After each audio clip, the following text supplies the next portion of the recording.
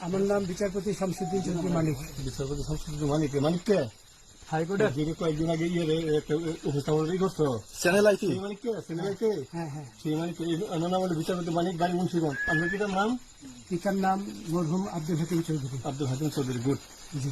আপনি ইন্ডিয়া পালাইতেছেন কেন বলেন? ভয়ে পালাইতেছি। কার বইয়ে? আর প্রশাসনের ভয়ে। অসুস্থ বইয়ে ওই একটা মেয়ে যে বলছিলেন যে যাচ্ছে দীপ্তি চৌধুরী। এটা আমি খবর চাইছি। নামটা বলার পরে আমি বলি আপনাকে, আমি এই যে দেখাচ্ছি, আমি হ্যাঁ রোগী। কিসের? আমি তো অত রুগী নেই, মিডিয়াতে তো খুব সুন্দর। আচ্ছা আচ্ছা, শোনেন শাহিন সাহেব, একটু শোনো। আপনার কাছে এই মুহূর্তে এরা যখন ধরছে আমাদের প্রতিনিধি, কি কি ছিল সাথে? আমার সাথে কি কি ছিল এটা বলেন। আমার সাথে ছিল ব্রিটিশ পাসপোর্ট, হ্যাঁ, বাংলা পাসপোর্ট,